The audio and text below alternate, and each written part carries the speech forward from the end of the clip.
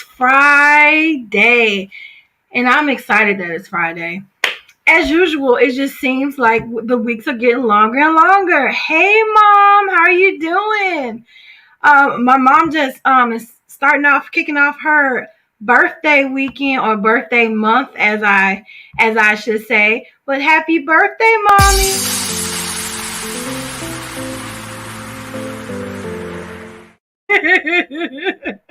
I'm gonna play that a couple of times, Ma. So, Mom, how's your week been going? Have you had a fun week? I know you had a nice little getaway. Are you all like charged and relaxed? Um, I'm charged and relaxed for you. Any chance that you can just go out and just is it compress, repress? I don't know, relax.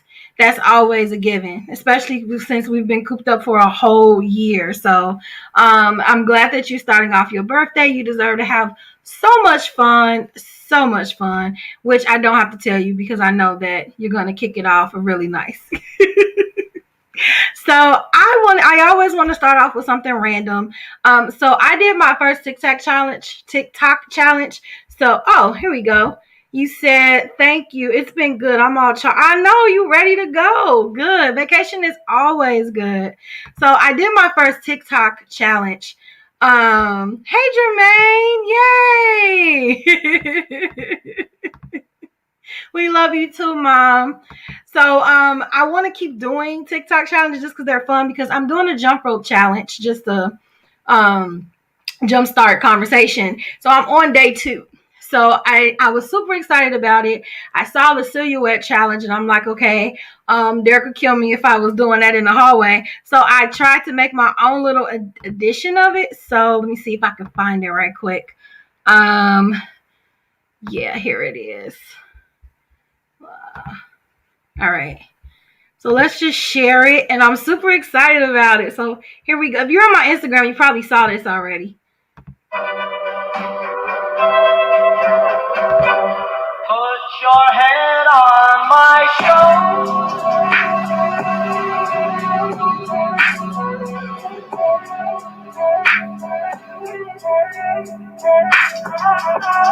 I had so much. Okay, you gotta stop.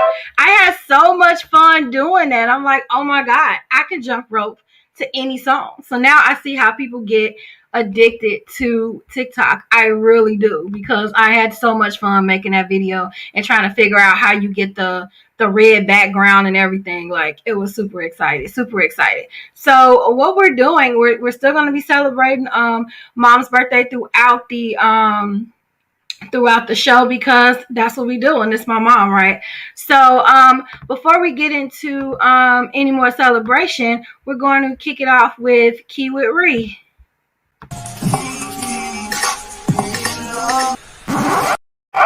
So I found this site. Yes, it looked like it was a lot of fun. So I found this site that had all these what would you do scenarios, and I lost it. So the 2 keyword reads is on this site.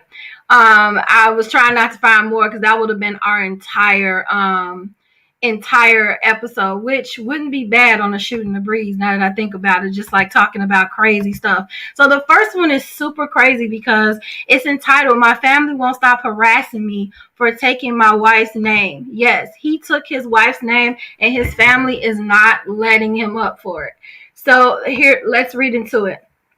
"I married my partner in a quiet online ceremony due to COVID. I'm a man, she's a woman, and we had decided beforehand that I would take her last name. We had a few reasons for this decision, one of them being that her name would sound like a famous comic book character, think Lois Lane, if she had taken mine. We didn't mention this except to a few friends since it didn't seem like big news. My family never asked, why would they? And I never thought to mention it, so they heard about it the first time on our wedding day when the officiant announced our names. They seemed shocked but were quiet at the time.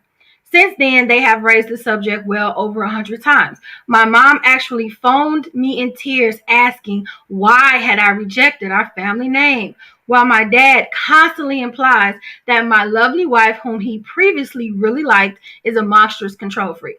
My mom and brother were both horrified that I didn't insist our future children carry on my name, and when I've tried to remind them that we are not actually a monarchical dynasty, they switch tactics and claim that we must simply prefer my wife's family to mine. Honestly, right now, that's true because her family have responded perfectly reasonably while mine are behaving like this.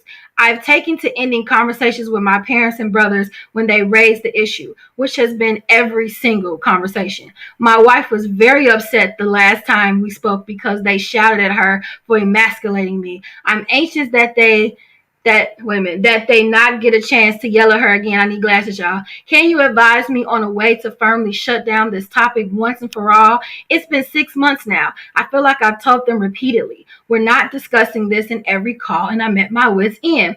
We were close before, but they seem willing to die on this hill and are actually begging me to change my name back if I want reason with my wife. What do you guys think about this? What do you think about it? Hey, Chris. Hey, sis. So basically, the husband assumed the wife's name and the family's upset about it. Now, to us, it may just be a name, right? But like to our parents, name is legacy. You know what I'm saying? I think that's why everybody always want a boy, and everybody's that's so sexist, but the boy carries the name. So in this instance, the wife carries the name. And so I feel like maybe the father is offended because if he has a boy, then his grandson will have the wife's name and not, his namesake or whatever, when you start breaking what is considered normal to people, they're going to talk and complain. You got to be secure in your decision. His family need to go sit down and mind their business. I'm sure they aren't perfect, right? And it's a name. I mean, I know it's not just a name to some people. Like your name is who you are. It's part of your identity. But if he's fine with this, I'm with you, Jermaine. They just need to take 2 seats. Like, I don't understand why they're, and here's the thing. If you say you don't want to talk about it anymore, that's it. Let them keep talking. A person is only going to keep talking with themselves for a long period of time. So I do agree with that. Like that's on them if they have a problem with it. Apparently, the husband and the wife don't care about it, so he shouldn't care about what they thinking either. You know what I'm saying?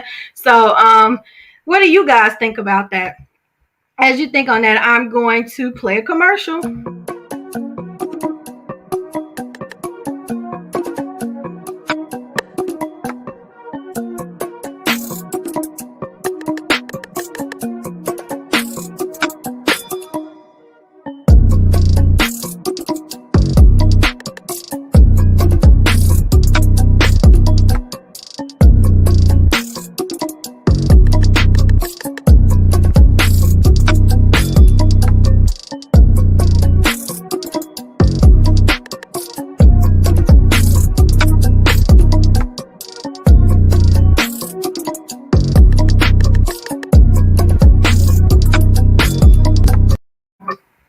Yeah, so we got some comments here. Don't forget to subscribe to the YouTube channel. I am up to 104 now. Well, no, we're up to 104 now. So we're climbing up the ladder here. I agree, Jermaine. Any tradition broken upsets traditionalists. Yeah, it does. Like, and what is tradition? Like, who sets that? Like, people like far from the past that says this is how you need to do this. This is how you need to do that. You can make your own tradition when you get married. You don't have to follow the same tradition you did when you were growing up. If him and his wife came to that agreement, right, that's it, that's all. Like, you know what I'm saying? Hey, Ash, you're always on time. How are you doing, Bessie? Thanks for joining. Yes, 104. We are creeping up there, everyone. So please remember to share. Sharing is caring. And while Mom is our guest of honor of today, because her birthday is Sunday and we won't be here on Sunday, so I'm going to play this a couple of times.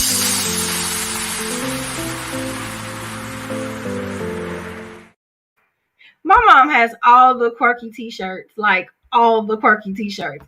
All right, so let's go to our next key with 3. All right, so can I ask my non-rent paying roommate to stop buying junk food? All right, so let's get into this one. So I have a friend living with me temporarily due to losing both their job and apartment. They found another job but still need to save up to get into another apartment. I am on a strict calorie counting diet, and they know this. Yet they continue buying soda, cookies, cupcakes, chocolates, multiple containers of ice cream, bags of chips, boxes of sugary cereal, filling up my fridge and kitchen with this stuff that presents constant temptation. It also bothers me that they're spending twice as much on groceries as I do, when they should be saving up to get their own place and give me my space and privacy back. Would I be within my rights as a host to say no more junk food in my home, or only one junk food item per week? Or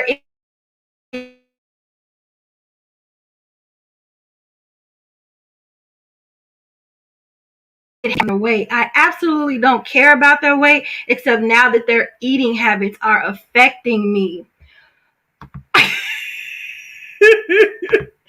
I'd put them all on the blackout, the family. Yeah, we still on the first one. Yeah, you're right. It's good with them. That's it. Now, what do you guys think? What do you guys think?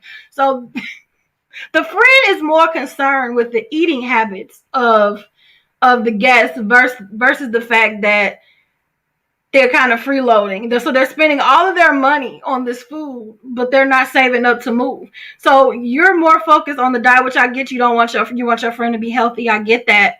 But I feel like the focus should be on them to pay rent. Like, and here's the thing. If you're in someone's house and you know that they're trying to do something, you should not sabotage them anyway. But if you're uncomfortable in your own dwelling, which I feel you should never be, maybe they should leave. You got 30 days. Holla. Like, that's how I feel.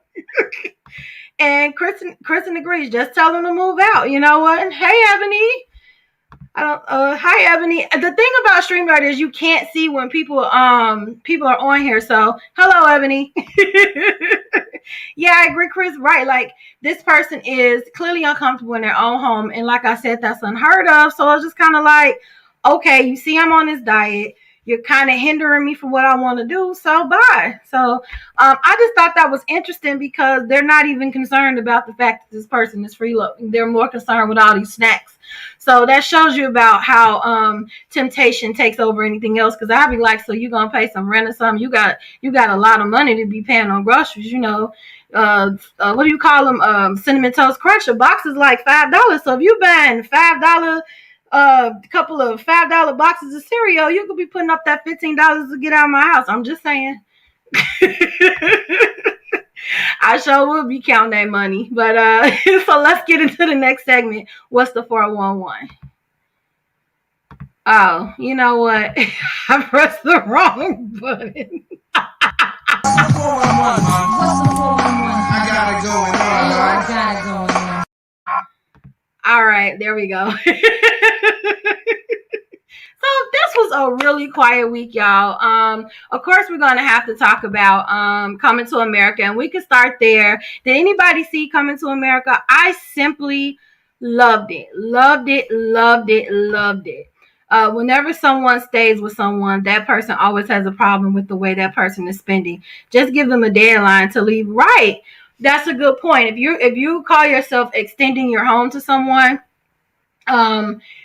you, in a sense, you do kind of have to make them a little bit comfortable. You know what I'm saying? Like, you know, because you're doing a favor. So instead of getting in, because I don't even think that the irritation is really the food, Jermaine. I just think they want that person out. Like, that's how I feel. They just want the person out their house. And sometimes instead of us dealing with our emotions effectively and be like, you need to be gone in 30 days, we're going to complain about something unrelated to how we feel. So I kind of feel like that's a good point. I kind of feel like that was really what was wrong, because it doesn't make sense to me why that would be a big thing. You know what I'm saying? You can't really govern how somebody eat, and in a sense they're your guests, so in a sense they have to be comfortable, you know, to a certain extent. You know what I'm saying? So, Mom, you said you haven't seen Coming to America. I thought it was good. A lot of people did not. I think they wanted it to be 1980 Coming to America. Now let me just move in a little closer. Do you think 1980 jokes would fly in 2021? Let's talk about it. Let's say Eddie Murphy and Arsenio Hall was 1980. Eddie Murphy and Arsenio Hall. They would have been canceled so Fast, do you know in the 1980s, they didn't care about nothing. The jokes was just whatever, free for all. It is hard out here for a comedian in 2021. It's hard out here. I thought it was tastefully done. I thought it highlighted women empowerment, and I thought that it was very kind of calculated to have it in Women's History Month. You know what I'm saying? So I liked it. I liked it for what it was. I liked that it was an updated version. It was an update of 30 years ago. So is he supposed to be acting the same way he did 30 years ago? No. You want to see what happened after they got married and things like that. I liked it. I saw it. I thought it was still funny. I really feel like Wesley Snipes, he put his all in that character with that walk. Like, he made it for me. He really, really did. I saw the mixed reviews. Nope. Wouldn't be funny now. No. I mean, it probably would be funny, but it wouldn't be funny. Like, we would laugh, but then so many people would be offended. It's hard being a comedian. If you're not like Dave Chappelle, who doesn't care, about the backlash, you will be a comedian to say what you want. But Eddie Murphy, he don't want to mess up his legacy, I'm guessing, because he's still one of my favorite comedians, though. If you want to see the 1980 version of Coming to America, watch the 1980 version of Coming to America. I haven't seen it, but I heard people a lot of people did not like it. I saw it at a drive-in. Oh, you're in California. I'm like, where the drive-in at? I saw it in a drive-in, and the screen was so dark, I can't even say I saw the movie. I saw darkness in the movie. I saw clips on The View today and didn't recognize a thing. Oh, Jermaine, do you need Amazon? It's on Amazon Prime. Please go try to watch it. Comedians can't just say anything. No, they can't say anything, Kristen. They can't say anything. You get canceled. This is cancel culture. You have to be careful how you say things. You have to be careful how you word it. You have to be careful of your tone. It is a lot of stress on these celebrities. They can't be themselves. They get canceled for anything that they do. And my thing is, why? Like, what happened to expressing yourself? And the comedian, you're supposed to be funny. You're supposed to say controversial things in a funny manner, as long as it's not disrespecting someone. But I guess jokes have to have their limits. I don't know, but it's hard for a comedian. Great family movie and beautiful wardrobe. Shout out to Ruth Carter. Yes. Cousin, I don't know who Ruth Carter is, but I was excited that you shouted her out. But I'll look her up. I'm pretty sure she was a character in the movie. Oh, she's the costume designer. Yeah, she killed it. She definitely killed it. They can't. They'll be canceled. They'll be ostracized. That's the end of their career. So I don't know. I thought it was tastefully done and it was still kind of funny to me. So I don't know. And I feel like even with the bad reviews, they're still the number one movie in America. That's the point I was getting at. They are the number one movie in America. So people watched it that liked it or hated it, that was disappointed. It didn't matter. Everybody wanted to see what happened 30 years later in Zamunda. Point blank. Jermaine said it was okay for what it was, but I think what made the first one classic is him in America dealing with American people. This one, he was hardly in New York. He got that son and went back to Zamunda. Right. But I feel like that would have mimicked the 1980. Here's the thing. If they would have stayed in America and with all, like, think of I know we were born in 1980, but think of the end of the 80s, like 89 till now. So much has changed. So much is going on.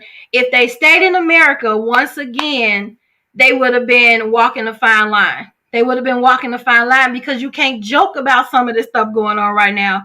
You just can't joke about the same stuff you used to joke about in the 80s. So it was almost safer for them to stay in the fictional land where they could just make fun of it as much as they want versus staying in America, because I feel like they risk being canceled. Like, that's just how I feel about that. Either way, if they liked it or not, that's the point. So Coming to America is the most watched streaming movie in a given weekend during the pandemic, which says a lot because we've been in the house this whole time. So the fact that okay, Kristen, who cares? think back in 1996 or the early 2000s, and now a lot has changed at 21. Girl, nobody cared that you still in your 20s. How she gonna come for me like that? Real smooth. So that says Amazon isn't being transparent in the weekend viewership of Coming to America. The Eddie Murphy comedy sequel, they should have said and Arsenio Hall because he killed it too. The Eddie Murphy comedy sequel, the streamer picked up for $125 million back in October, which we were first told about. Eddie be making money. How do you disappear in midair and come back and sign a $125 million deal? How do you do that? How do you do that? He cannot be duplicated. I'm not going to make the show about Eddie Murphy. So I want to see, it says, number one, I think they gave the streams when I was looking at it. So the Zamunda royal family has arrived in audience coming around the globe. Okay, here it goes. Amazon, which toots 150 million global Prime subscribers, was equally secretive about the first weekend success of its awards. Okay, the point is, I'm not reading all this. The point is they're number one in America. And so I want to say kudos and congratulations, because that is super dope that the first most streamed movie in the pandemic was by us. So I just wanted to celebrate that. I said all that to say that. You gotta be him. Yeah, Eddie Murphy is that dude. Eddie Murphy has managed to stay relevant for years. How do you make a movie in the 80s and everyone still wants to watch it? Because you know what? People in the 80s, 90s, thousands, whatever, 2000s, 210s, 220s have saw the original Coming to America. You know what I'm saying? So it's like, okay, I want to see it. Like, the fact that you can stay relevant like that, like he's kind of like Snoop Dogg. Snoop Dogg has stayed relevant since the 1990s. You just gotta be that dude. Everybody loves Snoop Dogg. It don't matter. He didn't have like 100 mistresses and nobody cares because he's Snoop Dogg. Like, I don't know. It's just some people we just like. I don't know. But let's get into a commercial.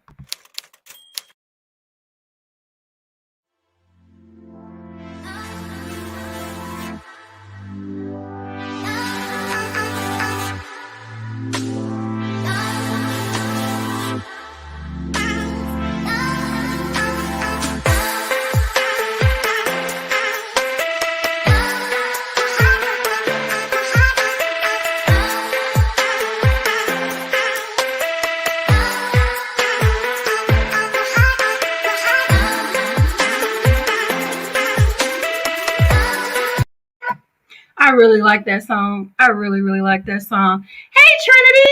She says he's been able, yes, reinvent and adapt, and that's what you have to do. Like, you have to do something beyond just one. Like, if he'd have just remained a rapper, then that's all he would. Like, Snoop Dogg the rapper, yeah, we like him. You know, he would have been revered or whatever, but he's been in movies. He's got TV shows. He got products. He did a reality. Like, it's nothing that Snoop hasn't done. You know, kind of like Master P. It's nothing that these men haven't done. Like, you got to keep yourself relevant. And I think he did take a page out of Master P's book with that. Yes, naturally talented and fun. Don't have to do crazy. They don't do crazy stuff on social media. I don't even think Eddie Murphy owned a TV. Like, don't quote me on that, but he's not really into social media. He's not really into TV. Eddie Murphy be chilling, watching a book, and extending his family, because I think he got about like a lot of kids. Yes, Snoop, I know everybody loves Snoop Dogg. So not to negate the commercial that I just saw, please get into CBS3 Designs on her Etsy shop right now. She is the birthday girl. If you want a custom sign, she made custom signs, custom calendars. She is premiering some planners in the forthcoming couple of weeks in the future. So just be looking out for CBS Designs. Yes.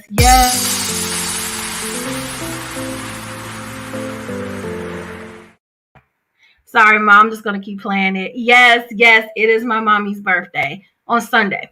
But yeah, so I'm super excited about that, and super excited about What are we talking about today? No, we're still on What's the 411. Okay, so I thought everybody would be really excited about this, especially people with the children. So the child tax credit 2021. So, I know what I want to talk about before we got into that. Did anybody see the Meghan Markle and Prince Harry interview with Oprah? Did anybody see that? So I finally did get a chance to watch it today.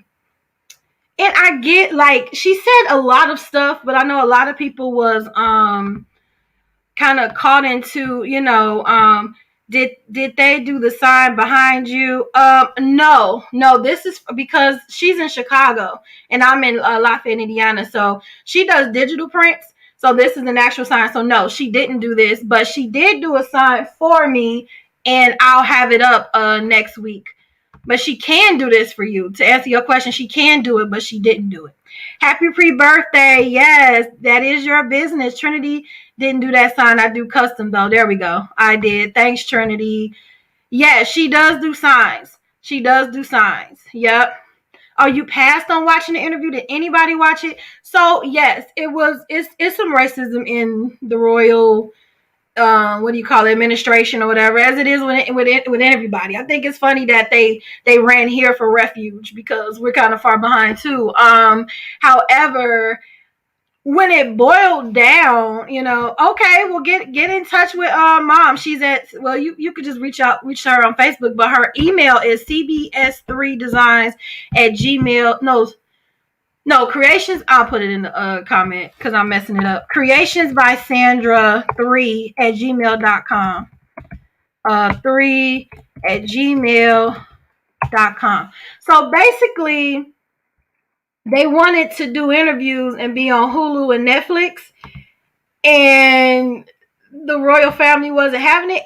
I really want somebody that saw that, because I really wanted to, like, that was the gist of what I got out of the interview. And because they wanted to do their own thing, they wanted to still respect the administration, but they also wanted to do their own thing. And then the queen was like, you don't get protection anymore. Your heirs are not going to be privy to, royal privileges. They're not even going to, like, be knighted as, I know it's probably not knighted, but knighted as a princess or a prince. They were worried about if the baby was going to be dark skinned, and it's just a lot of scrutiny, that she that she went through. But I'm like, wow, all because they wanted to do interviews on Netflix, though. I guess they don't want people divulging their secrets, but I don't think that was their intent. I just think they wanted to be in the press where they can have a say, because right now the media was controlling the narrative. So, and the narrative that they were spewing out there was that, Meghan was making people cry, and, and she wasn't cooperative, just painting her in a bad light. So the fact that you want to speak up for yourself make you that mad that you want to excommunicate me from the family. I just thought that was really deep, like really deep. Yeah, you're not. Yeah, I mean, when I wonder in the background, what were they telling Prince Harry when he was dating her? Because if this was an issue, I just can't believe that all of a sudden when they got married, her genetics was an issue. I feel like it was an issue when they were dating, and he's like, I love this woman, and I commend Prince Harry for pretty much giving up his giving up his right for the man, his birthright for the woman that he loves, and I feel like he kind of, probably breathing too, because he's never lived a normal life. He's always had to do this, be a certain way, do this. On TV, this stuff look nice, but we don't know what's happening in the background. But anyway, I just wanted to know if any of you had watched it. I watched it. The preview, the preview was very interesting. Then everybody trying to say that Oprah had on a what do you call them things when you're on probation, the little beeper ankle bracelet or whatever. And I'm like, that was just some bokeh boots. Everybody always trying to put Oprah on house arrest. Meghan wasn't trying to be overseas. No, she wasn't with them guys. I'm from California. I don't do that here. And I didn't know Tyler Perry took them in. Tyler Perry really be helping people Once they questioned how dark that baby was going to be, that was it for them. Yeah. And then the fact that you're just going to rip him from his birthright, he can't be a prince, or he can't be a prince, he can't be protected. We'll protect y'all, we ain't going to protect the baby. How you not going to protect the baby? This is your great grandson. That goes back to traditionalists. Like, some people are just so stuck on tradition and and that they can't see past that. It's not even about what's right or wrong. It's what you're supposed to do, what you're ordained to do, type thing. They probably thought it would change. Yeah. He always been a rebel, though. Well, circumstances around his mother is really fishy, and his whole thing is, I'll be damned if they do that to me too, what they did to my mother. Like, we don't know what he saw, we don't know what he experienced, but we do know there was one day he was sitting by the pond on the bridge, whatever they do, and was like, nah, they ain't finna get me like that. So but his mom was a rebel too, though. You know what I'm saying? So yeah. Yeah, she did. Yeah. Then we can't forget Princess Diana. Right. And she was a rebel, and that was the problem with her. That she wanted to just be free. And if freedom is going to cost me my birthright, then peace. I'm sure they did a background check on Meghan. Also, the queen approved the wedding. Right, Bernita? So my thing is, if she approved all this, you knew they were going to procreate, or did you? Like, did anybody think past that? Because Meghan said nice things about the queen. She really did. She didn't speak bad about Kate. She was very respectful. They were very respectful. They were telling their story without divulging secrets. So it's almost showing the administration, like, look, this is all we wanted to do. We weren't trying to spill secrets and spark up conspiracy theories. We just wanted to have a voice. She compared herself to Ariel. You saw The Little Mermaid. She married the prince, and Ursula, who's my favorite villain, she took her voice. And that's how Meghan felt when she married the prince. She lost her voice, and that made me sad. Like, man, he remembers what his mom went through. He know the family ain't right, so he could have used her as an escape. Whatever the case, they look happy. They're expecting a girl in the summertime. So kudos to them. I just wanted to talk about, I didn't have any pictures or fancy thing about it, but I just wanted to mention it because I saw it today.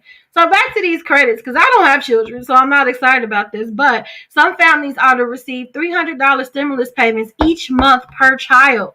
So if you have children, you have hit the jackpot. And I'm happy because a lot of people, they're struggling right now. They're losing their jobs. And unemployment is temporary, so it's only so long that that people can sustain and take care of their family. So kudos to them. I'm hating a little bit, but kudos to y'all. So let's get into what's happening. Okay, ABC wants you to wear a mask. For Americans struggling during the pandemic, President Biden plans to sign the $1.9 trillion American Rescue Plan tomorrow. Here are the details. $1,400 individual payments will go to couples earning less than $150,000 a year and individuals who earn under $75,000. They should arrive by the end of this month. The bill also provides a $300 weekly federal boost to unemployment benefits through September 6th. Another $15 billion is set aside for business loans. $350 billion goes to state and local governments. Families will also see more money by the way of the child tax credit. Lots to sort through. Action News reporter Corey Davis is live in Center City with more on these details. Good morning, Corey. Matt, good morning. So many people are out of work, facing reduced hours, and some are paying extra for childcare. Well, a lot of families out there say they know what they're going to do with that extra money coming in under the child tax credit. Honestly, it's good because, a lot of people lost work and stuff like that, you know what I'm saying? So it's really good, to have help when you need it. It'll help with household finances, maybe even with medical costs, just with entertainment. Everybody's been. They play too much in the background. So the current $2,000 child tax credit has been increased to $3,600 per child up to age 6 and $3,000 per child up to age 17. Wow. In addition, the tax credit will be refundable, which means you can. Why are we in debt when we can just print our money? Zero. Can somebody explain that? Say this will help those who are in need, while others warn that borrowing so much money could cause long-term economic problems.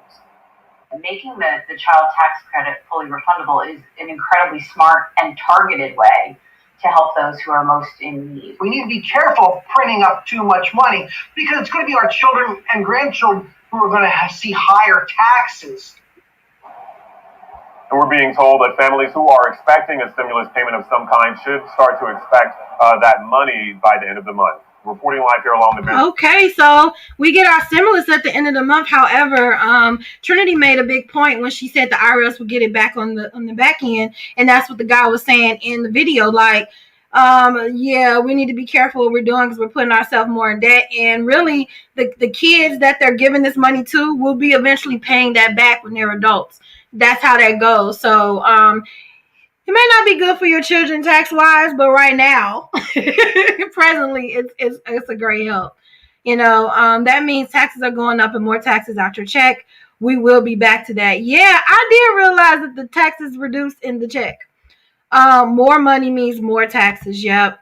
Everything will go up. It will. As soon as that's why they're trying to vaccinate everybody. Let's get this over with because we want to stop all this. We want to get our money back. I thought that they were going to affect us when we filed our taxes, but it didn't seem like we were affected as much. Benefit. Oh, wait a minute. I'm happy for those with kids. It will help them get ahead. Yeah, it'll help them save for their future if people actually save it for the future. Benefits are going to be extremely high. Yeah, they already had changed our medical plan. My deductible went from $2,000 to $7,000. So basically, anytime I go to the doctor, I'm paying. So yeah, so they're already changing that because so many people went to the doctor like last year. So I don't know. Let's hope they use it wisely. And my sister made a point. Like right now, the way they're giving out money and dishing out money, hopefully this is stopping people from, struggling. And I don't know if you guys noticed this fact, but since COVID, women and women's employment has plummeted. Not men's, but women. So this is a way of helping those women that are out of work help their children because a lot of women were kicked out of their jobs during COVID. And I haven't really researched to find a correlation to that because I'm like, well, why just women? Because everybody was affected by COVID. So who knows? They will get it. Yeah. Let me tell you something. There may be a lot of people that cannot find you in life. You can live off the grid. You can live under a rock. But I promise you, the IRS will find you. The IRS will always find you. So just be on the up and up with that. I don't need more taxes taken out of my check because I don't have dependents. And see, that's the problem that people are having. Even with the Biden is saying that he's going to shave off $10,000 forgiveness on everyone that has the student loans. And a lot of people were upset about that because they're like, okay, they're going to shave off your loans and they're going to raise taxes. So a lot of people are upset about all these programs because they're like, in the end, I don't have college debt. Well, I got to help pay for that. Or I'm not saying you saying that, cousin, but the people that don't have kids are like, okay, in the end, I'm gonna end up having to pay for these kids and I don't even have children. So America is kind of split with that opinion. Lots of women are in administrative positions rather than DSP. Girl, you got what's DSP? What is DSP? Director, supervisor positions. That's what that is? If it is, I feel super smart. But you're right. A lot of administration, a lot of administrative businesses. I mean, you couldn't go into the office, and then people, direct services. I don't feel so smart anymore. Right. So, a lot of people couldn't go into the office. And so either companies started outsourcing or they found a way around it. So people got real creative in COVID because they wanted to cut costs. So you had to be creative, to not go underwater. So, sucks for those people, therapists, social workers, etc. have increased. Well, that's good. Yeah, you go need a therapist right now. Social workers, I'm glad that it increased, but I will say when we first started having to stay home and the kids can go to school, I thought about those kids where school was an escape for them, where school was the only meal that they had or the only type of peace that they had where somebody cared about them.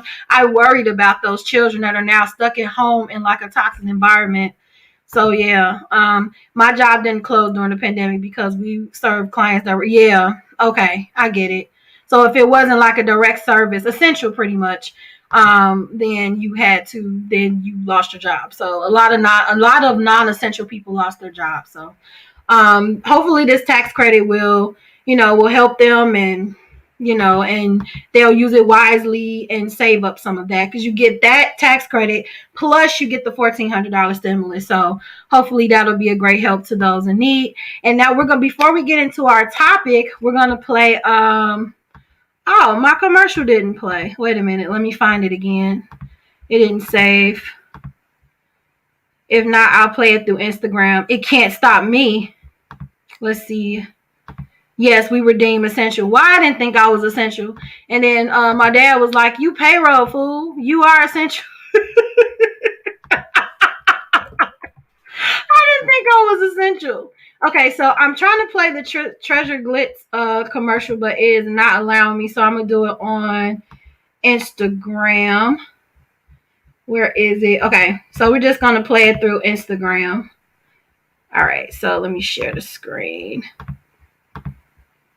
Technology not going to get me down. I always find a workaround now. Okay, here we go. Treasure Glitz customizes STEM and stemless glasses, mugs, shot glasses, you name it. I love showing off my personalized glasses. She has customized glasses for personal use and even for the Be Your Own Kind podcast.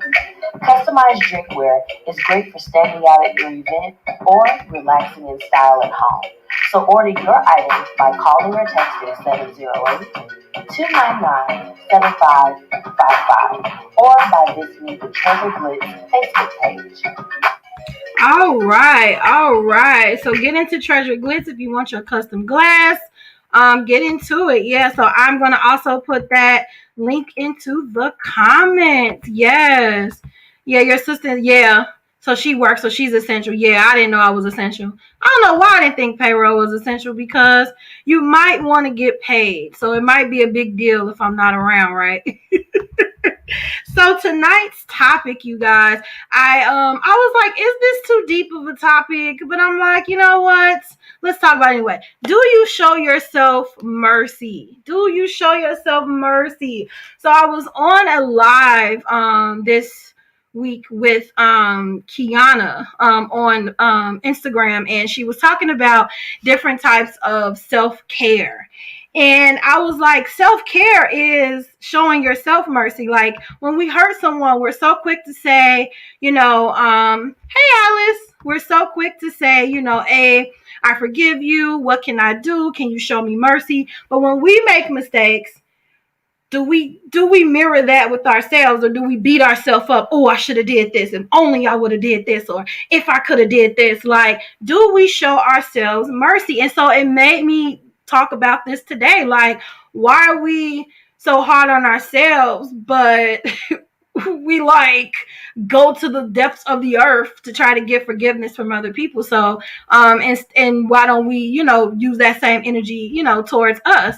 Not before, but now I do, right? Because when do you give yourself a break? Even when you're around people that don't give you a break or slack off on it, you still should give yourself a break. And I feel like that also stops judgmental people, right? Because when you have come into terms with what you've done and you've learned from it and moved on, whatever, and someone brings out something that happened 50 million years ago, you're like, yeah, that happened, but I mean, that was 50 million years ago. Like you don't get I wonder if that actually eliminates triggers too, because you've come into terms with, this is what happened. It was out of my control, whatever the deal was. So if I'm not holding myself hostage on this, I'm damn sure not going to let you do it. And I'm like, I wonder if that's why we allow other people's comments to get to us so much sometimes, because we still haven't let it go ourselves. So I wanted to get into that. And I wanted to ask you guys, like, what do you think, mercy is? And you don't have to wonder, because I found the definition, but it's compassion or forgiveness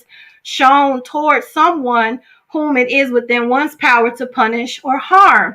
And what aggravated me about this whole definition is compassion or forgiveness shown toward someone. But I feel like they should add towards self, because even in the dictionary, it doesn't even instruct you to give mercy to yourself.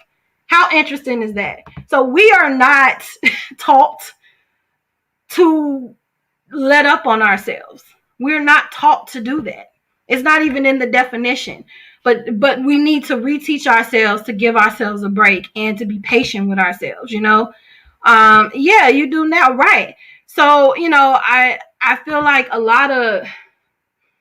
there's peace in that.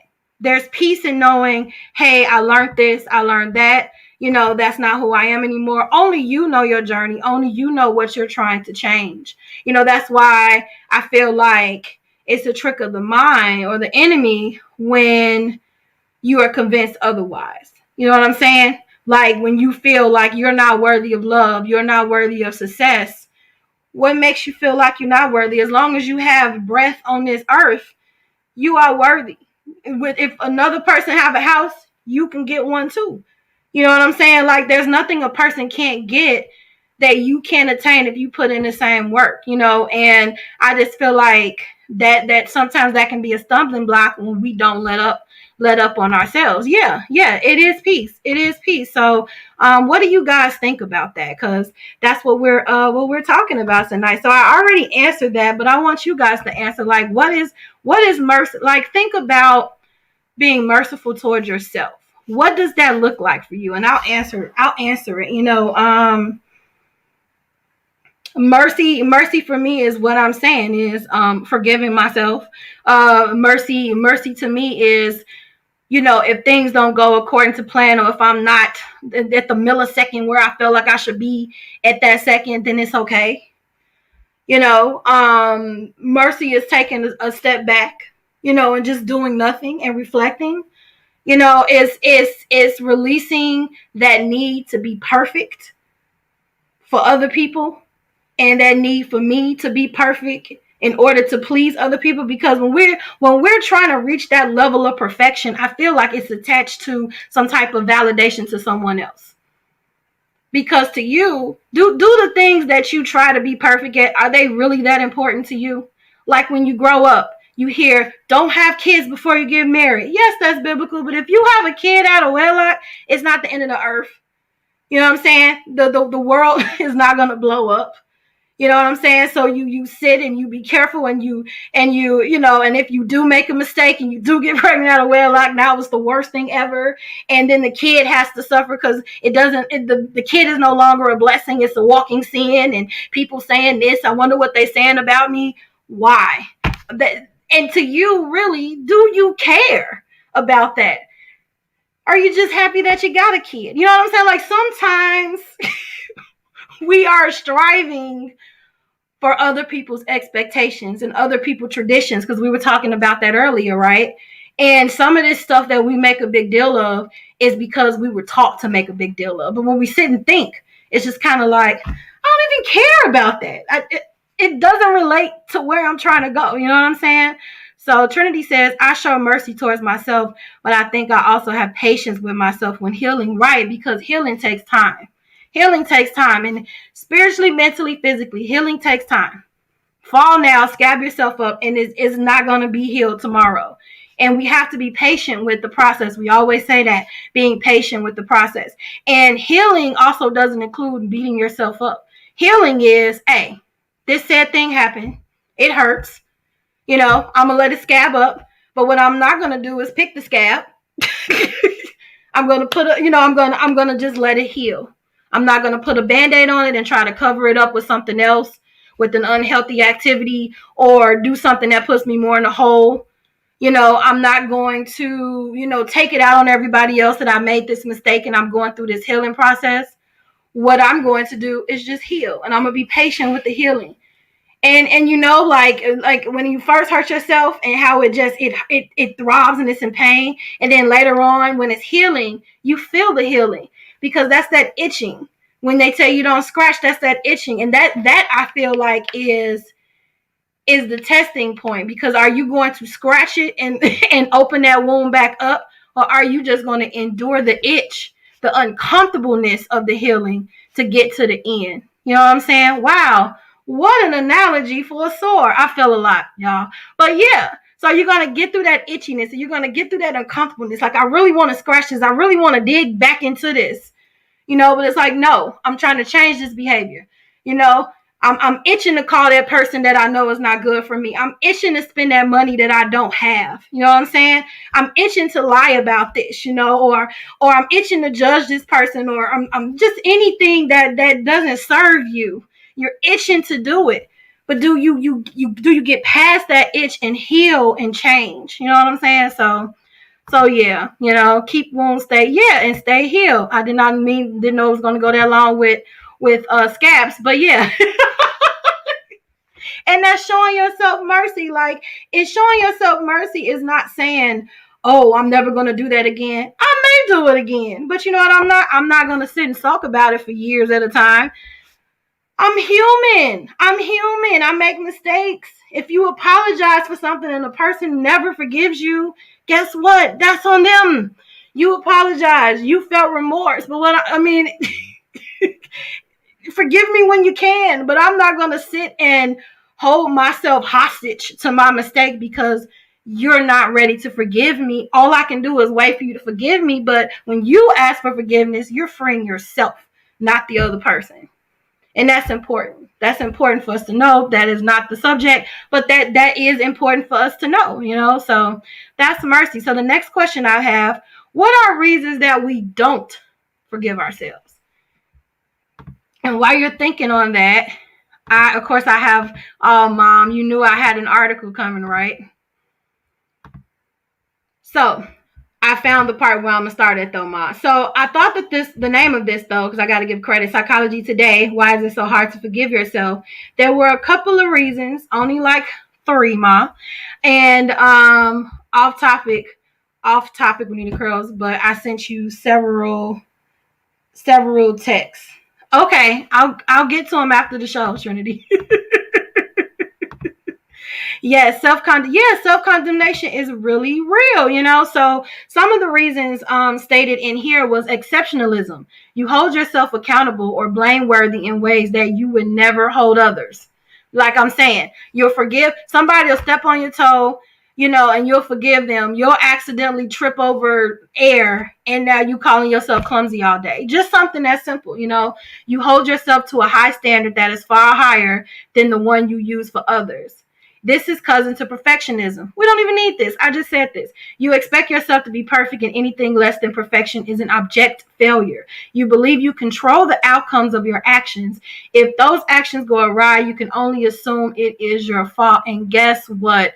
Probably about 90% of the things that happen to us is out of our control. Where we mess up at is how we react to it, because that's the only thing we can control. There are a lot of things that happen in our life that we just simply cannot control. But how our perspective, our reaction, our response, that is what worsens or improves the situation around us. Trinity says, and inherently, nope, where'd it go? And inherently, we lack to forgive ourselves as we deem ourselves unforgivable by others. That's another thing. So sometimes we mirror how people treat us, and we treat ourselves that way. I think I said it backwards. But yeah, we mirror how people treat us. So if everybody else is saying that I'm not worthy, if everybody else say that I'm not going to get this done, then I must not going to get it done because everybody said it so. No, you speak life. You speak life even when everybody's speaking death over you. That's their words. That's their interpretation of your life. Once again, be your own kind. You set your own expectations for yourself. You look yourself in the mirror every day and tell you what you are. You don't ever allow somebody to tell you who you are and what your intentions are. Nobody knows your intentions better than you. When you are honest and transparent and self-aware, no one knows you better than you. No one ever should know you better than you. Even if they know you for 1,000,000 years, you know you better than anyone else.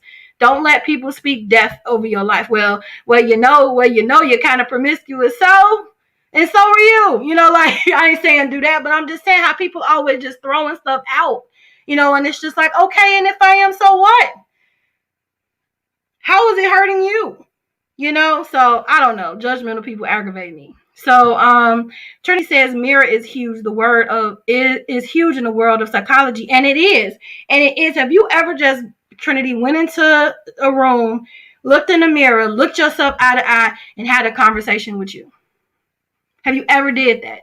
It is so weird at first, but now I find myself always having, I call them conference calls. I have conference calls with me.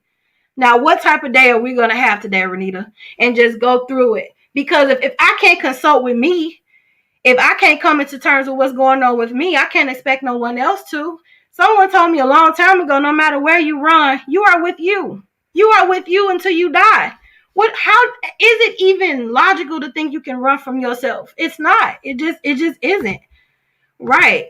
I'm much tougher on myself. Oh, hey, cousin. I'm much tougher on myself than I am with others. Right. And that's what we're talking about, cousin.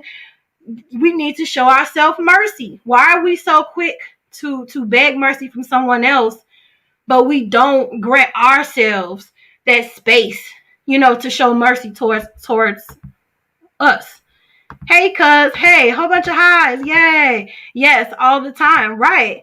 I have and do. And we mirror behaviors and responses of others as well. We do. That's what we do. That's why it is important that we carefully choose our circle, that we carefully choose our support system.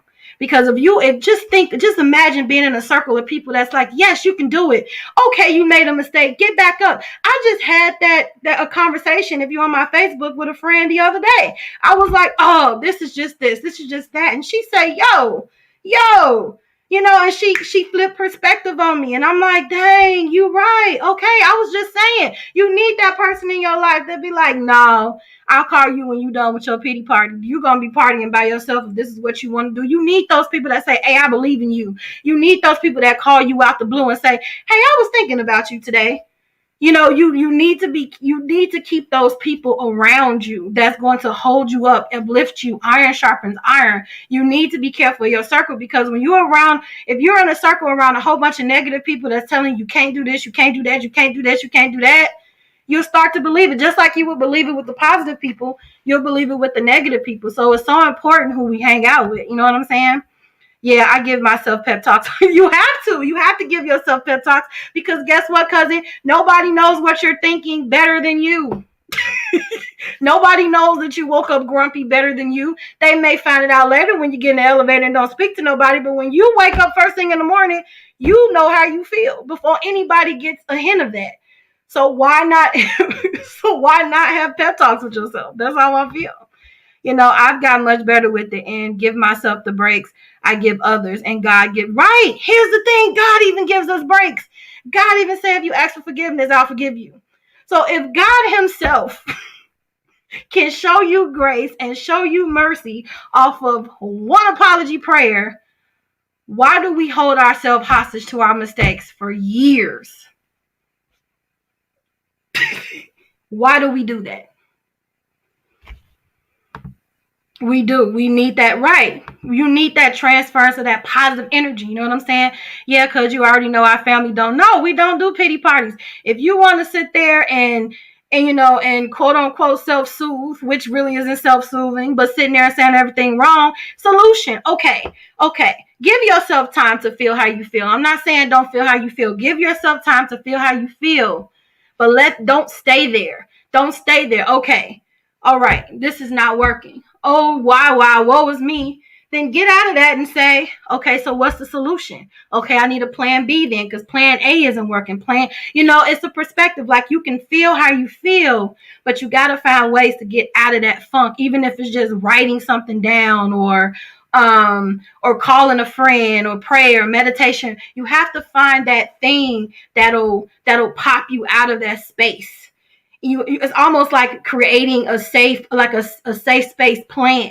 Even if you have to write that thing down and on a piece of paper, put it in your wallet, and then anytime you feel like that, it's a reminder like, hey, I got to get out this space. What was my mental emergency plan? You need a mental emergency plan, because sometimes you get so stuck in that. And if you can, before you start sinking down, get yourself when it first happened. Pull out that paper, start on your mental health emergency plan.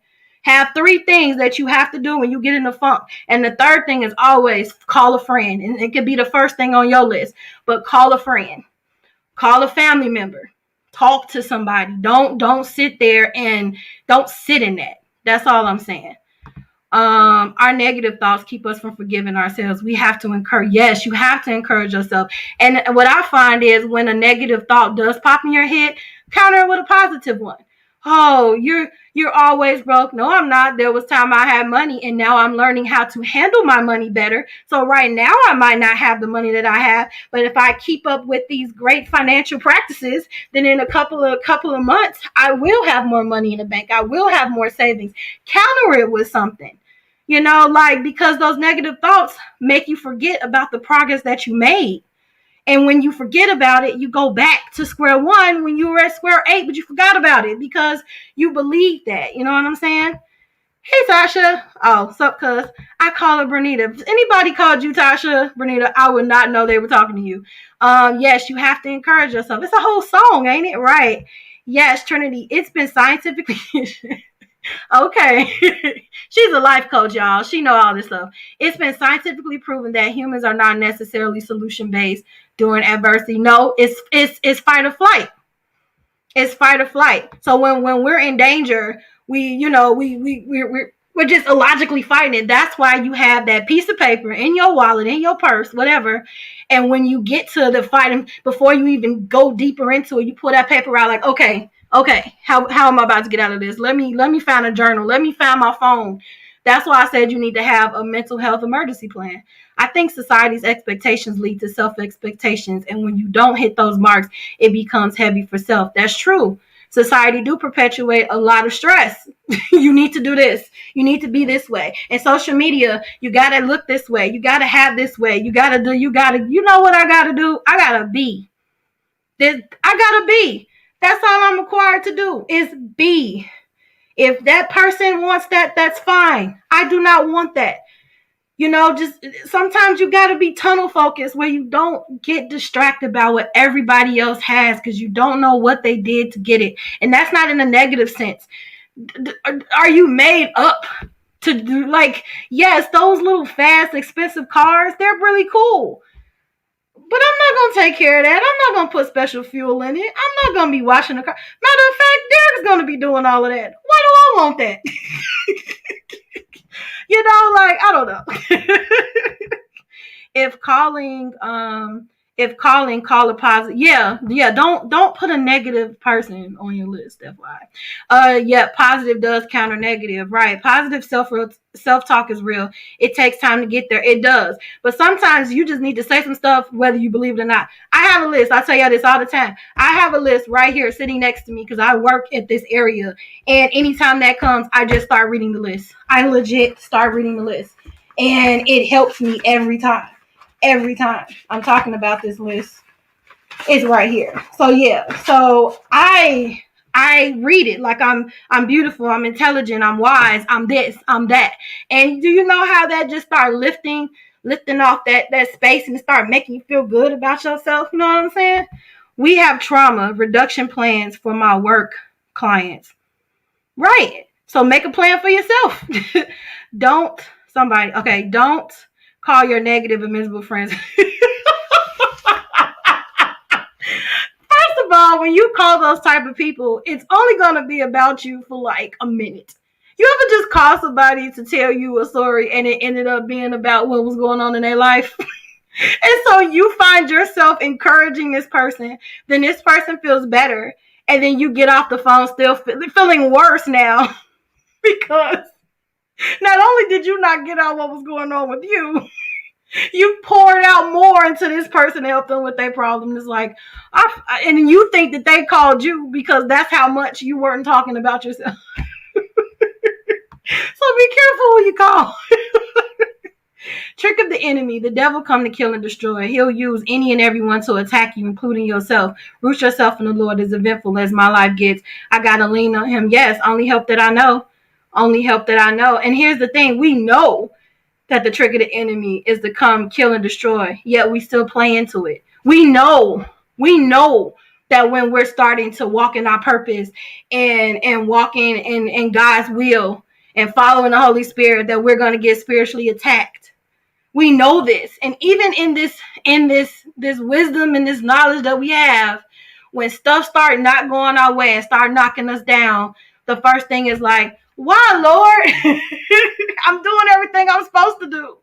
That's just a realization, or to let you know that you're on the right path. Because any time that you're doing something that's worth it, or you're doing something with purpose, and you're doing something to touch others, you're gonna get attacked, because the devil doesn't like that. You helping people, giving them a peace of mind, not taking their mind off materialistic things. Come on, right? So we develop plans for them when they experience feelings and thoughts due to their past traumas. Right, you gotta have a plan. I have my I am sign. Check it out on CVS3 Designs. Okay, y'all. We got a little plug there, but go to the Etsy store, CVS3 Design. She does have an I am affirmation, and it's a ton of beautiful things that you can just look at every day and just say it, and just say it to yourself. Yep, or you feel more depressed, right? And it's like, why did I call you again?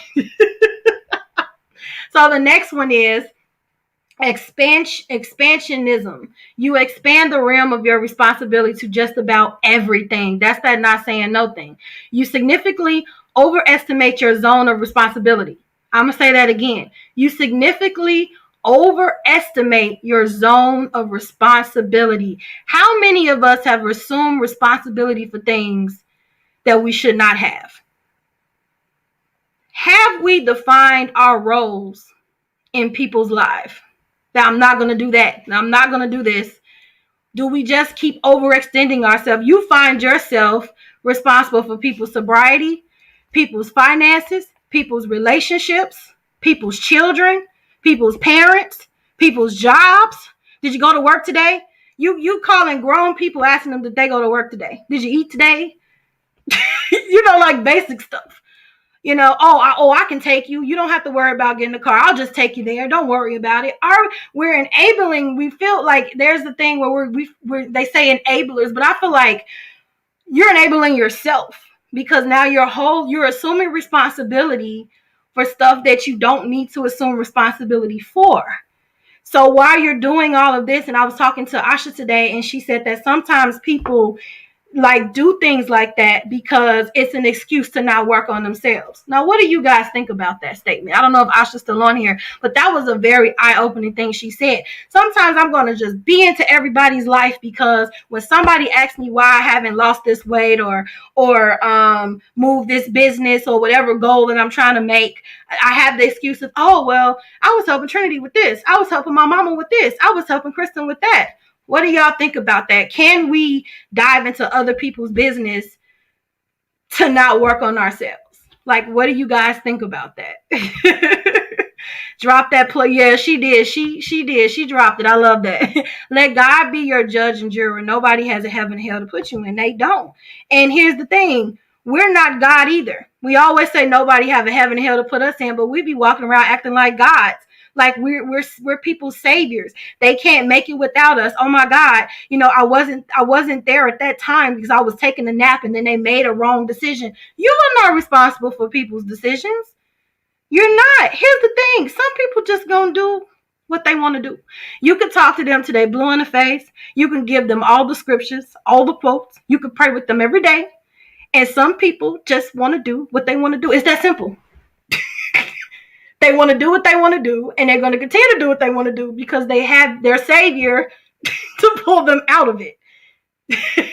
You make it easy for them. DM me. I'll check it out. You know what? I'll put the link here. I love the way she plugged herself, though. I'm going to put the link here. And she does have an I am. I feel like I should go to it because she just plugged herself. So let's look at that. Asha, I'm glad you're here. Yeah, so Asha, that was a great point that you said, though. Yep, we can, and we do. Right, multitasking, right. Yeah, we call it multitasking, but it's just really making sure I'm not self-tasking. I'm going to focus on somebody else and tell them what they need to be doing when I have a laundry list of stuff that I need to be working on myself. So we use people as excuses, So anyway, thereby assuming responsibilities for acts of situations that are not ours. If you see yourself as responsible for everything, you will always encounter your failures and your mistakes. Yeah, exactly. It's called, but you're enabling yourself. So it's a double fold, right? Because you're enabling a person to grow, and you're enabling yourself to grow. So that's another reason why we don't forgive ourselves, because we're not taking out the time to forgive ourselves, because we're so busy being everyone's savior. We're so busy trying to be everything for everyone else. And if we're that person, then what do they need God for? What do they need to try for? Because they have their savior, their human savior, to do everything for them. And then that's just pressure on you that you can't even handle. You can't even handle your own pressure. You're trying to run from your own pressure. Let's not putting pressure on everybody else's problems on yourself. So that's where that Erykah Badu song come in. You just got too much stuff. And really, when you look at all those bags around you, probably only one or two of them belong to you. Maybe we should do some all of us should do self-inventory and check our emotional closet and see what is actually ours. And most things on that shelf probably belong to someone else. And you always, always have the choice to take it out your closet and to give it back. It doesn't make you selfish. It doesn't make you a bad person. It's just a step to self-love. Hey, I can't handle your problem and mine. I can, here's the borders. Here's my role. What I can do with this for you. I can do this part for you, but I can't do everything. Here's your problem back. If you want to talk, we can talk. Here's your problem back, because I need to focus on some things with me. So, yeah. Now that got deep. I told you I didn't want to go deep. So the last thing why we don't forgive ourselves is confirmation bias. You operate with the assumption that someone like you, insert all negative judgments here, can only bring about harms or injuries to others. Every act confirms your inadequacy and culpability, which exasperates shame. You believe everything you do and everything about you is bad or wrong or hurtful. And this reinforces your view that someone like you don't deserve forgiveness. So this is defeat. This is defeatism. Like, I can do nothing wrong. Everything that happens is because of me. My family member died because of me. I'm broke because of me. I mean, which could be, but it could have been some outside liars. You could have lost your job. You know what I'm saying? Like, something else could have happened to have caused that. Everything is your fault. Everything that happens is your fault. Oh my, it rained today when I wanted to take a walk. It must have been something something I did. And then we say, God is, then the thing I don't like is God is punishing me, when the Bible says that Jesus did not come down to condemn. And we still use that God is punishing me.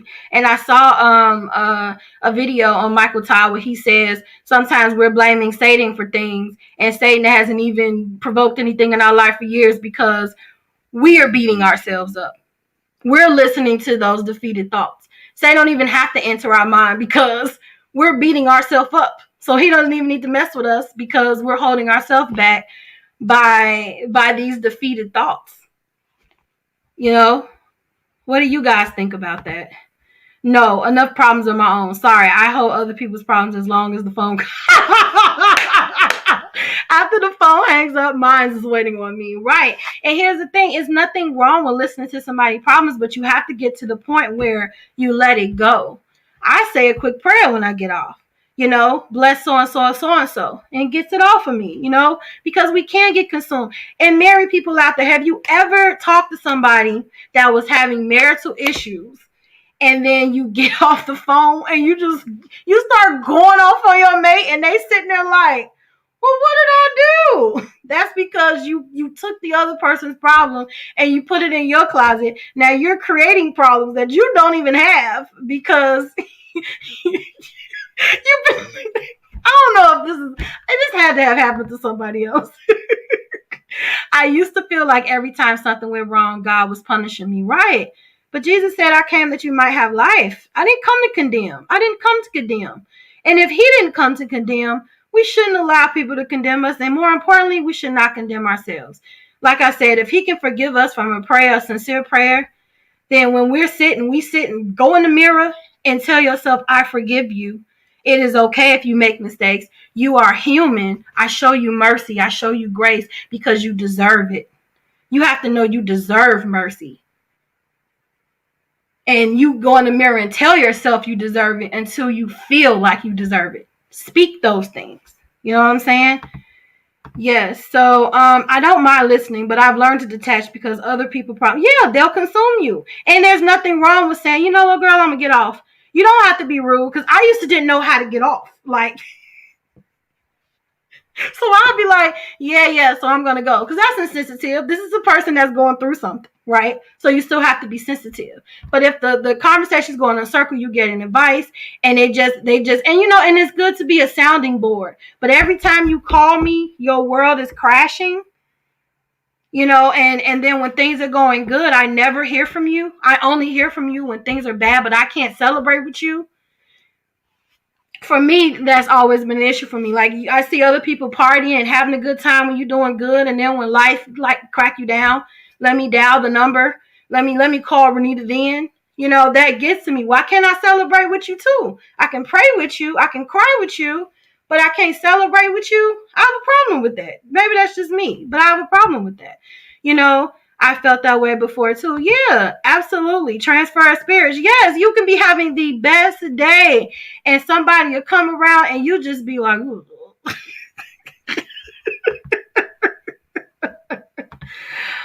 oh, that's why I be getting these random assholes gotta monitor her conversations.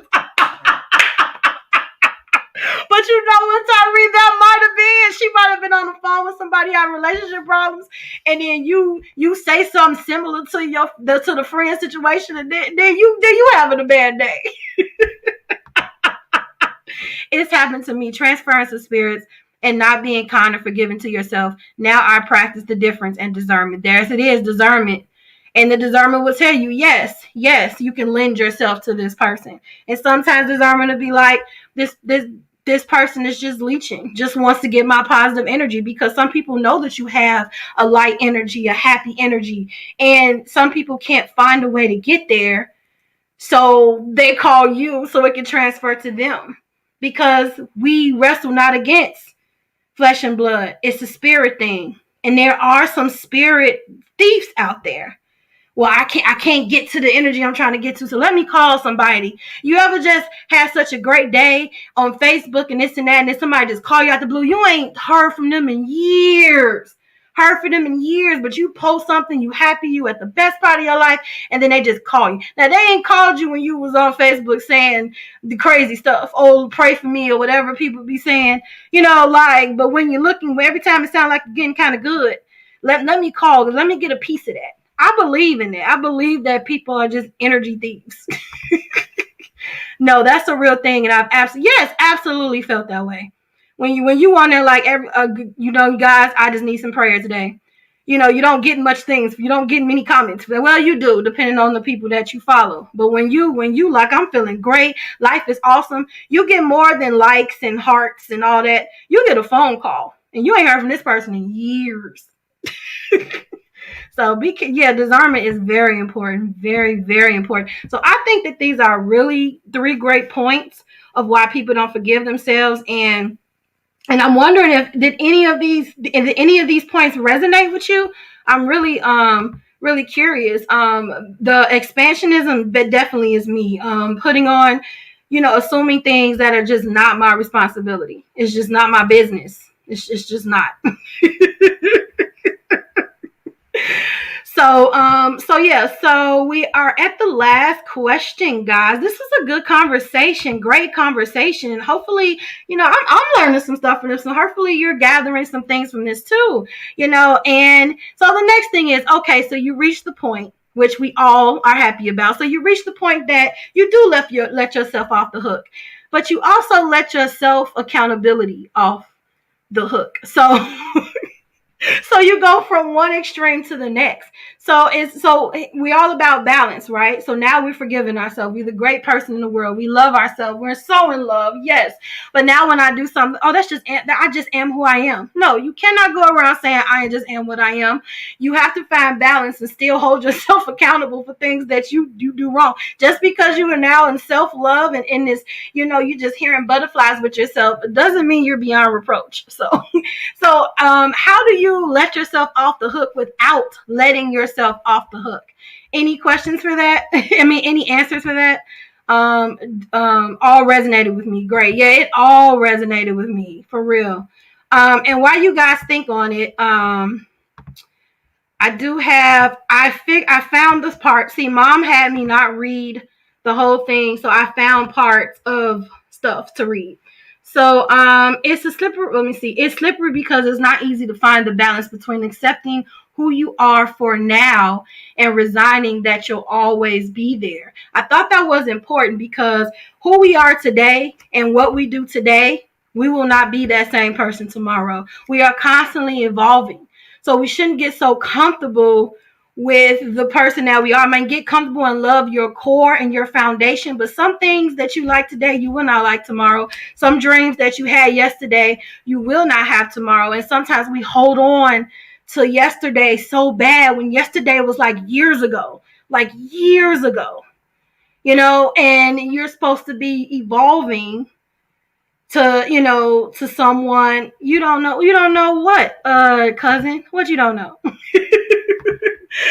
So how do you find that balance? Like, how do you find that balance? Like, okay, like I may be blogging today, but life may move me somewhere else where I want, but I'm holding on to this blogging and trying to do this new thing and trying to do that and trying to do that.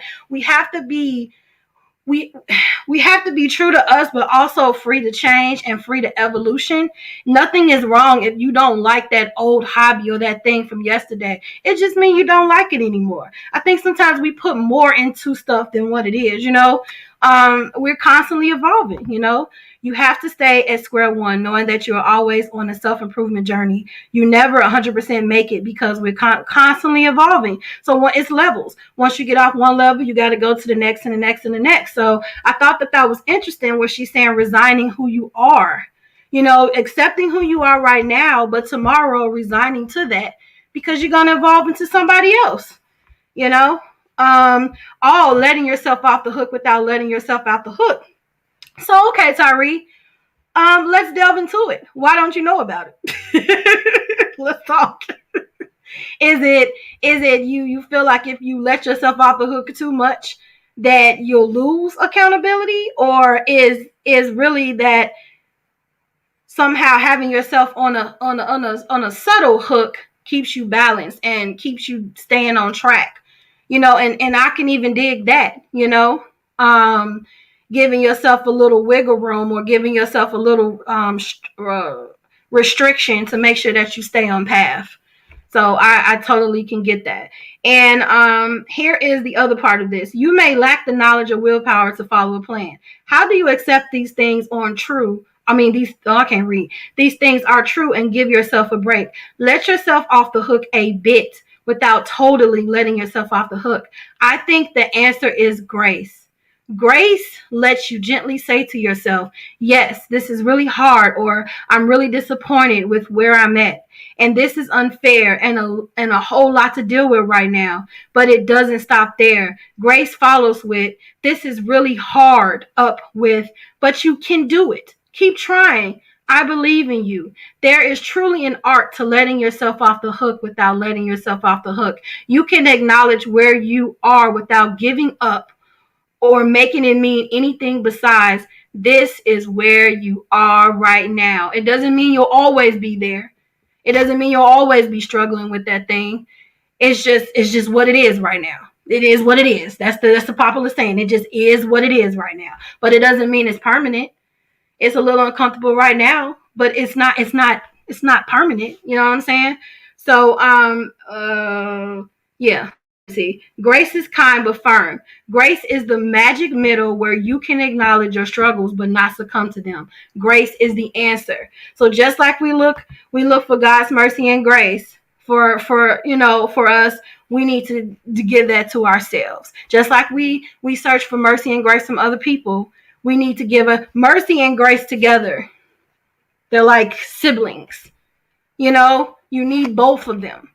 You need to forgive, but you also need to give yourself a little wiggle room to make mistakes. Yes, this is hard, but that's because I'm just starting.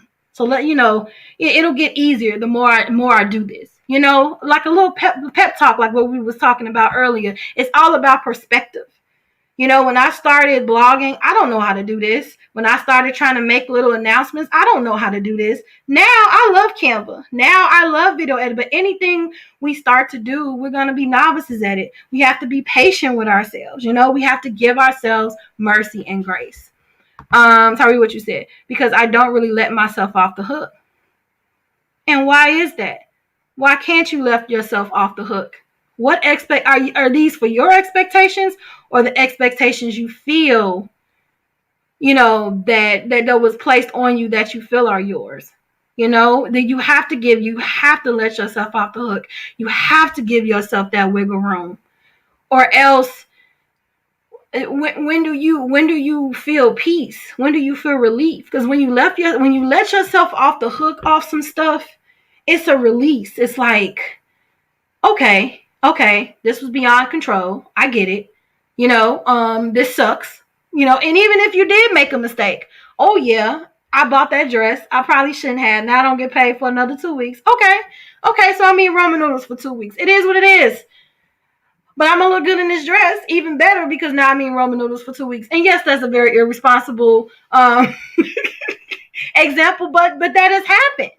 Where you've made the wrong decision, and I love some people. There's some people in my life that they'll be like, okay, well, my mom is great for that.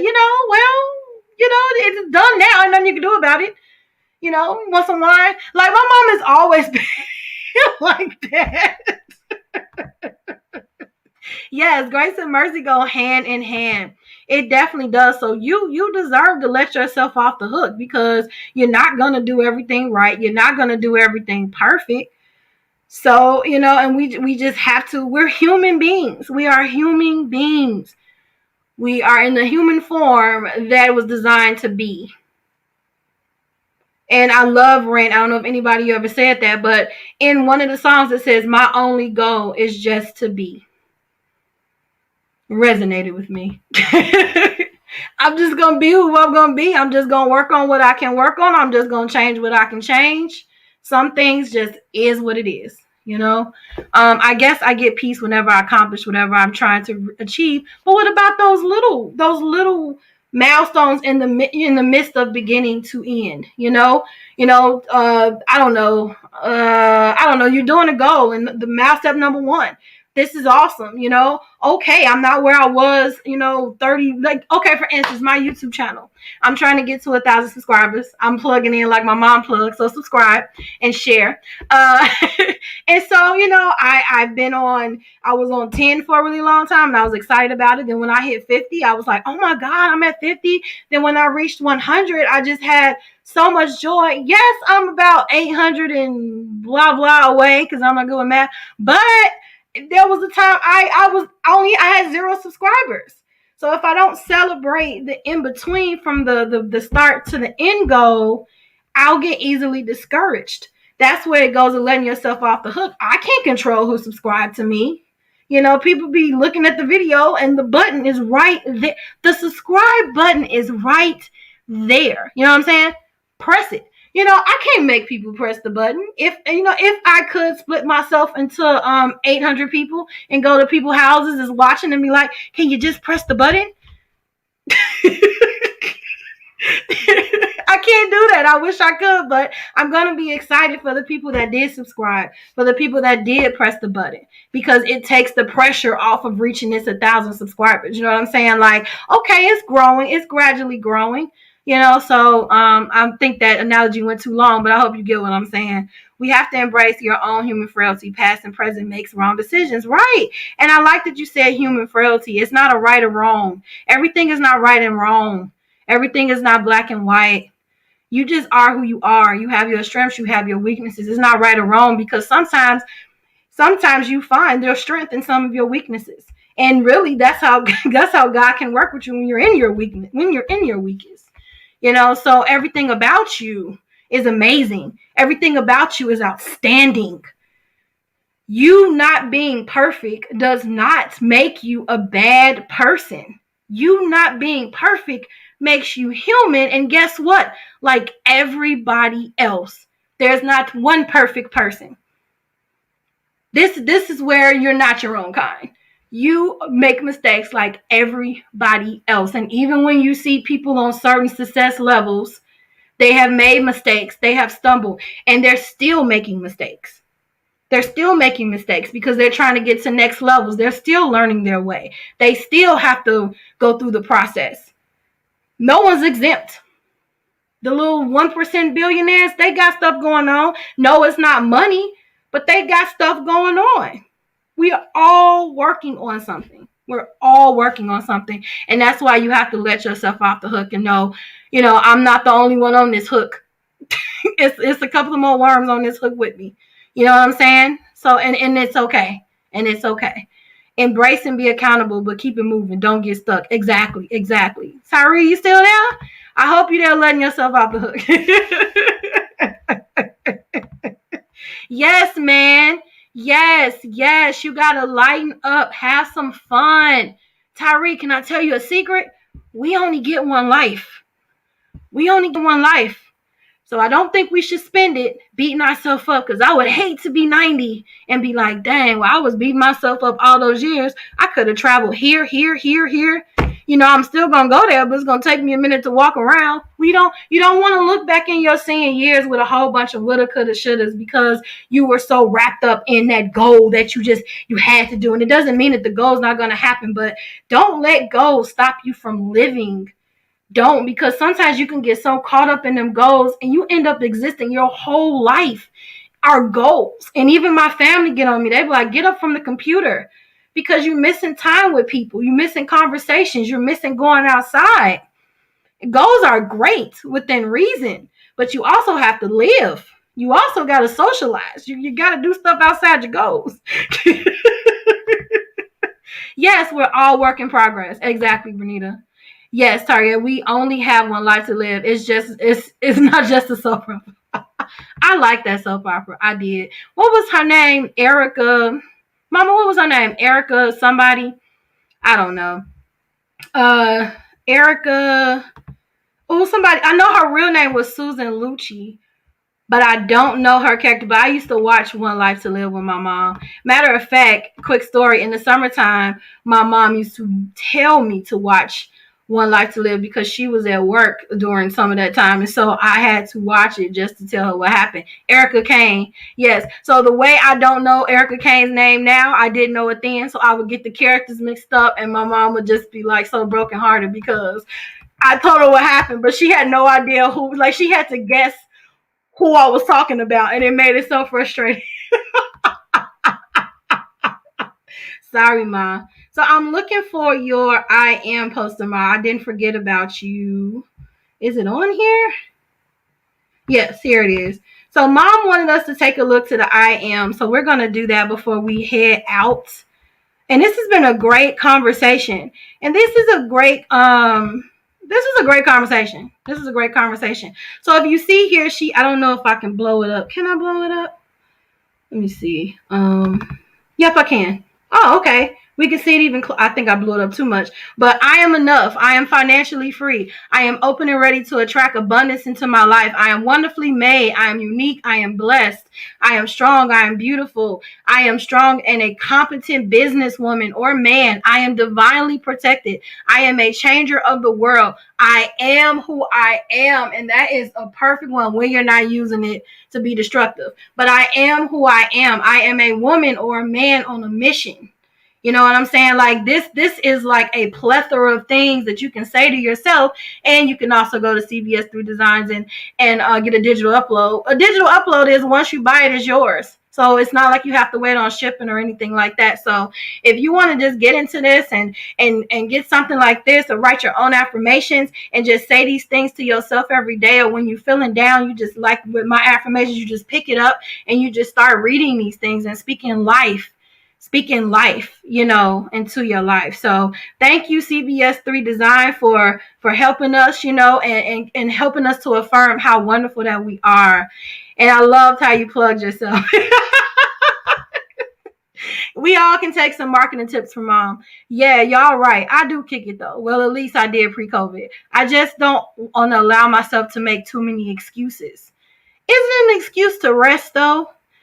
I think sometimes we mistake excuses for reasons. Excuses are something that we do to get out of something. Reasons are bullet points of why we're doing something. So an excuse: I'm not going to the gym because my shoe broke. Reason: I'm not going to the gym today because I don't want to. That's not an excuse. That's my reason. I don't feel like getting up. I don't feel like putting on the clothes. I do not feel like driving. Is that an excuse? It's okay for you to not want to go to the gym. It's okay for you not to want to do something. You know what I'm saying? An excuse, it's okay. I feel like excuses is when you're masking why you're, you know what? Here's a better definition. I think excuses is when you're masking real reasons. Because your shoe breaking, it doesn't mean you could go get another shoe, especially if you got a couple of gym shoes and go to the gym. That's a lie. Excuses are just to cover your reason. Your reason is you really don't want to go. But you're using an excuse that it was your shoe, but you really don't want to go. Same back with that key with Ree. They don't really care that much about the diet. They want the person at their house, but they're gonna put the excuse on the diet, but they just wanted the roommate out of their house. Hopefully I'm making sense. You know what? That is a topic of discussion, because now I'm thinking like excuses and reasoning is not the same thing. I feel like excuses cover our reasons. Like, why you didn't go to the party? Oh, because it was raining outside and I don't really like being out in the rain. When your real reason is you just didn't want to go. So I'm starting to feel like excuses are just lies that we tell ourselves to mask why we really don't do said thing. But you're right, that's a whole nother topic. That is a whole nother topic. That is actually a great topic. Man, you guys, I have really, really enjoyed this. I have. And if you guys, you know what? I really miss Lisa, and I said that I was gonna put a I don't know acronyms, but I was gonna send an SOS out for her because she's in Texas and we haven't seen her in a couple of weeks. So I'm definitely going to have to summon her because I don't know her Instagram moniker. So hopefully she's okay. I am really concerned about Lisa. And Lisa, we miss you. We miss you. That's the way my bank account is set up. Well, as always, guys, I had a wonderful time. Don't forget to support these businesses. Oh yeah, I forgot about another business. Lavish Looks with Miss Metchi. I am a brand ambassador. Summer is coming, and she has some fantastic glasses. I wore the lovely glasses last week during the whole show. Go to missmetchi.com/shop. You can even go to missmetchi.com and it'll give you a link to her sunglasses. And the code is BYOK. And you get 15% off. 15% off your glasses. So something else. Oh, so we're having a lingerie and lipstick party tomorrow, and I'll go to Instagram because I don't have it in here. You just have to go to Eventbrite and put in lipstick and let me go to it. Put in lipstick and lingerie party, and it's a virtual party, so it's pretty much like a girls' night out. It's just a fancy girls' night out, if you're wondering what that is. Where we have She Slayed lingerie is going to be there, showing you her lingerie. Mary Kay is going to be there. We got a giveaway from SB3 Designs, from Lavish Looks by Miss Metchi, T3 Coaching, which is Trinity, that is on here. You know what I'm saying? So if you want to be a part of that, I'm going to put the link here. and join us for a nice girls' night out. So I think that is all my announcements. I feel like the end of church where they try to get all the announcements out before for the benediction. So everyone, I just I'm so silly. So everyone, I just want to thank you once again for spending your Friday with me. I appreciate you taking out the time to be a part of the BYOK Live. And until next time, please, please, please don't forget to be kind to yourself and be kind to each other. Bye.